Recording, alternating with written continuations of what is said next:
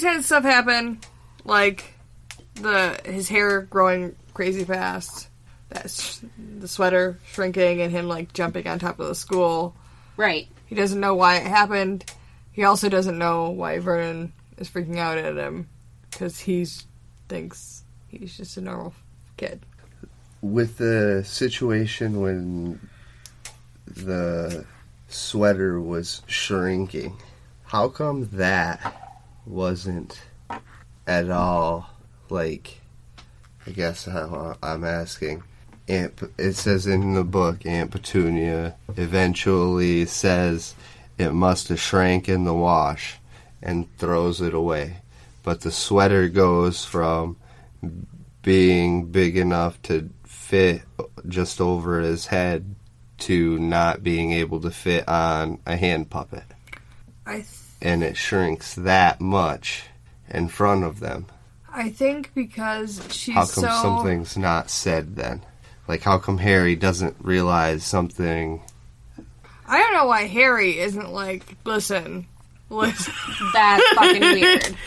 Yeah, that's what I mean. Yeah, I don't know why Harry doesn't. I think that Petunia doesn't because... She doesn't want him to know. Right. She's like... And she may not even accept it in her own mind. She might, like, be refusing to, like... In denial. Right. Like, I did something wrong in the wash. This is fine. I'm not seeing this right now. Because they really don't want him to have magic. Right. So she doesn't want to have seen it. I don't know why Harry isn't like, that was weird. Like, it was bigger. But maybe because he doesn't want to get yelled at.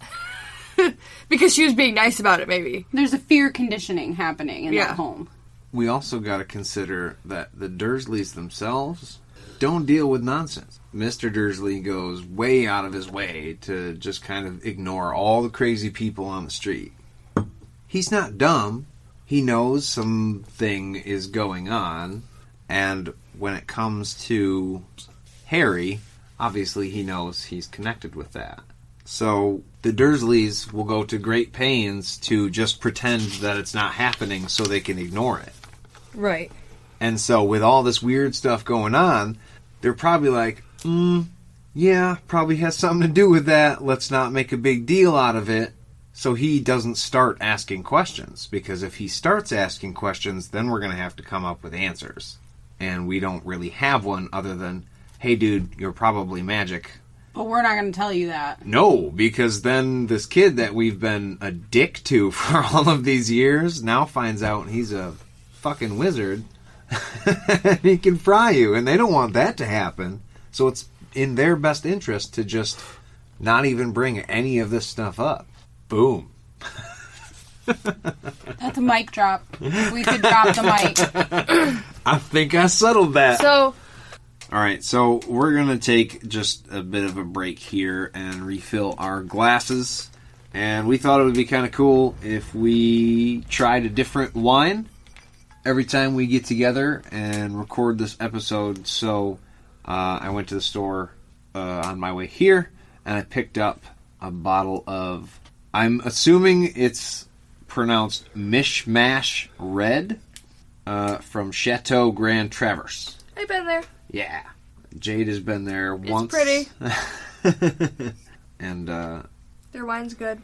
Yeah, I think this is really good. And typically, we don't drink a lot of red wine because it's not your favorite. But this was very, very good. Yeah. I enjoyed it. So, we've all had two, 3 small glasses each. And, yeah, it's really good. And I think this is something that we will continue to do. Yeah, I drank your wine. Well, James will not be continuing because his glass is now empty. Safe to say I really liked the wine. Fair enough. Butthead. You just called me a butthead? Were you like in the 5th grade? So then, next point. On the way to the zoo, Vernon is like complaining. He likes to complain.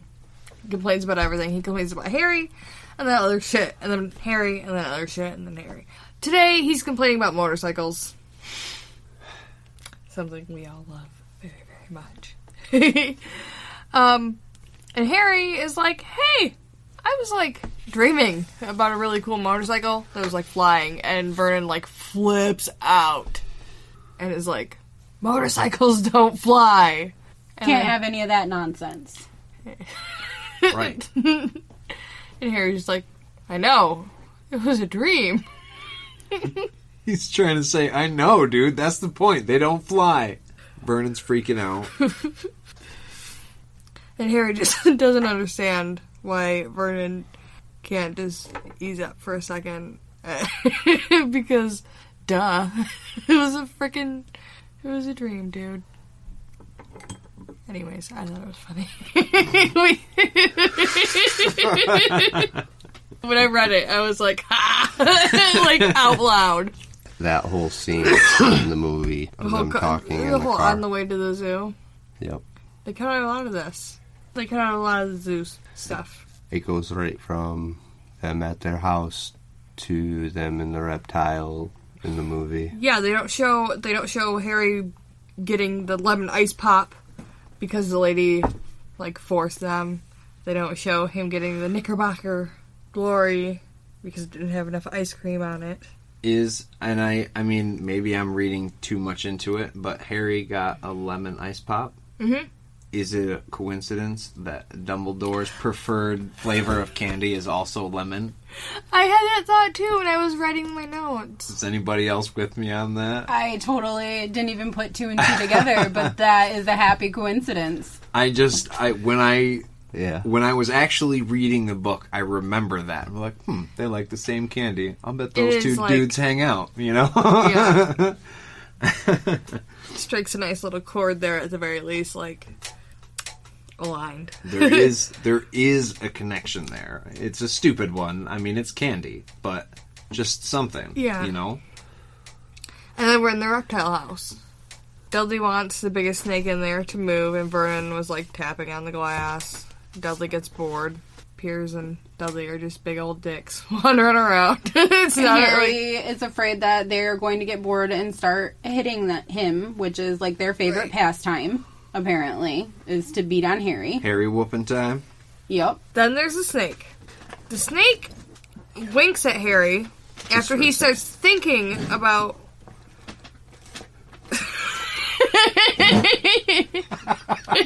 Cut out that part. There's always one. I gotta start writing this shit down because I haven't done 26:30. James adjust his trunk. This is gonna be a weird list of shit by the end. That's why I didn't want to get so close with the chair. I was just gonna lead in rather than. It's all good. You gotta leave room for his junk. Because right now I'm like.